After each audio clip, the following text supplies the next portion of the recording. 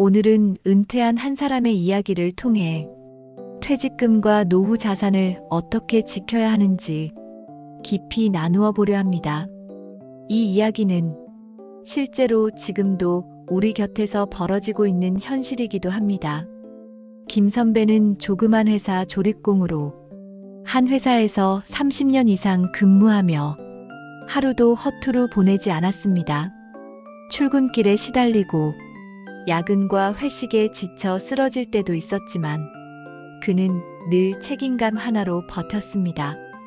젊은 날에는 아이들 학원비를 대느라 허리띠를 졸라맸고 아내와 함께 여행 한번 제대로 가본 적이 없었습니다.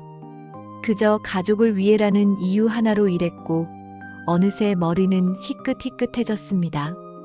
정년 마지막 날 회사에서는 작은 송별회를 열어주었습니다. 꽃다발을 받으며 후배들이 한마디씩 덕담을 건넸습니다. 선배님 정말 고생 많으셨습니다. 저희가 배운 건 책임감과 성실함이었습니다. 그날 밤 집에 돌아온 김 선배는 깊은 숨을 내쉬었습니다. 드디어 끝났구나. 이제 내 삶을 살아야지. 얼마 후 회사에서 퇴직금이 입금되었습니다. 금액은 무려 1억 8천만 원. 통장에 찍힌 숫자를 보자 가슴이 벅차올랐습니다. 여보, 이제 우리 좀 편히 살아도 되겠지? 아내는 눈시울이 붉어지며 말했습니다. 여보, 당신 정말 고생 많았어. 이게 우리 삶의 보람이네. 그날 밤 가족 모두가 모여 조촐한 축하를 했습니다. 딸은 케이크를 사와서 불을 켰고 손주는 할아버지 은퇴 축하해요. 라며 웃었습니다. 그 순간만큼은 모든 고생이 보상받는 듯 했습니다. 하지만 예상치 못한 일이 생겼습니다. 그 행복은 오래가지 않았습니다. 퇴직 소식이 알려지자 이상한 전화들이 쏟아지기 시작했습니다. 고객님, 이번에 새 투자 상품이 나왔습니다. 원금 보장에 연 10% 확정 수익률이에요. 삼촌, 이번에 나온 코인 아세요? 2천만 원만 넣으시면 반년 안에 2배 됩니다. 형님, 프랜차이즈 치킨집 같이 하시죠. 8천만 원이면 가맹비 끝입니다. 한 달에 500은 그냥 벌어요.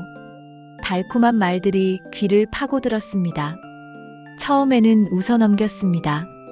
하지만 은행에서 들어오는 이자가 고작 30만 원 남짓이라는 사실이 마음을 흔들었습니다. 이걸로는 안 되잖아. 병원에 갈 일이라도 생기면 어떻게 해? 조금이라도 불려야 하지 않겠나? 마음이 흔들리기 시작했습니다. 특히 가장 친한 후배의 전화가 결정적이었습니다. 선배님, 저 이번에 좋은 기회 잡았습니다. 원금 보장이라 걱정 없습니다. 선배님 같은 분들 위해 준비된 상품이에요. 처음에는 조심스러워서 5천만 원만 넣었습니다. 그러자 한 달 뒤 정말로 약속한 대로 40만 원이 통장에 들어왔습니다. 두 번째 달도 세 번째 달도 마찬가지였습니다. 이거 진짜네. 안심이 되자 남은 돈 중에서 1억 원을 더 투자했습니다. 그때는 정말로 잘한 선택이라고 믿었습니다. 그러나 무너지는 순간이 올 줄은 몰랐습니다. 3달까지는 약속대로 이자가 들어왔습니다. 통장에 매달 120만 원이 찍히는 걸 보니 그동안 느껴보지 못한 여유가 찾아왔습니다. 아내도 안심했습니다. 여보, 이제 진짜 우리 노후는 걱정 없겠다. 김 선배는 가슴이 뿌듯했습니다. 하지만 4개월째부터 연락이 잘 닿지 않았습니다. 고객님, 시스템 점검 중입니다. 곧 지급됩니다. 잠깐의 문제예요. 걱정하지 마세요. 그 말은 모두 거짓이었습니다. 한 달, 2달 지나도 돈은 들어오지 않았고 결국 회사는 흔적도 없이 사라졌습니다. 남은 건 텅 빈 통장. 1억 5천만 원이 순식간에 사라진 것이었습니다. 무너진 마음에 김 선배는 며칠 동안 밥도 못 먹었습니다. 밤마다 눈물이 났고 손주 얼굴조차 보기 힘들었습니다. 내가 왜 그랬을까? 내가 왜 그랬을까? 평생 모은 돈인데 내가 왜 그랬지? 욕심이었나? 아니지 아냐. 자책까지 들기 시작했습니다. 그렇지만 아내는 눈물을 삼키며 말했습니다. 여보, 돈은 다시 모을 수 있어도 건강은 잃으면 끝이야. 제발 너무 자책하지 마. 하지만 마음은 쉽게 풀리지 않았습니다. 남들도 겪는 현실이기도 해. 동네 후배들과 이야기를 나누다 보니 놀랍게도 이런 이야기는 생각보다 흔했습니다. 선배님, 우리 아버지도 퇴직금으로 가게 차리셨는데 1년 만에 문 닫으셨습니다. 빚만 남았어요. 우리 어머니는 잠깐 만나서 커피 한잔 하자는 지인의 연락을 받고 나갔다가 멋진 사무실에 반하여 훅 하고 통장을 만들어 오시고는 몇 달 동안 따박따박 들어오는 이자에 좋아하시더니 결국 다단계가 이런 곳이구나 하고 알아 누운 적이 있다고 하더라고요. 다단계에 갔다가 7천만 원을 날리셨대요. 그 뒤로 사람을 안 믿습니다. 저희 옆집 할아버지는 지역 조합주택에 투자했다가 2억 원을 잃으셨습니다. 그 이야기를 들으며 김 선배는 깨달았습니다. 이건 나만의 이야기가 아니구나. 우리 세대 모두가 겪고 있는 현실의 일부이구나. 깨닫고 느꼈습니다. 시간이 지나고 김 선배는 결심했습니다. 퇴직금은 단순한 돈이 아니다. 내가 평생 흘린 땀, 가족이 희생한 세월, 내 인생의 기록이다. 그러니 이 돈을 잃는다는 건 단순히 돈을 잃는 게 아니라 내 삶을 무너뜨리는 것과 같다. 그는 요즘 만나는 사람마다 이렇게 말합니다. 첫째, 퇴직금은 절대 급하게 굴리지 마라.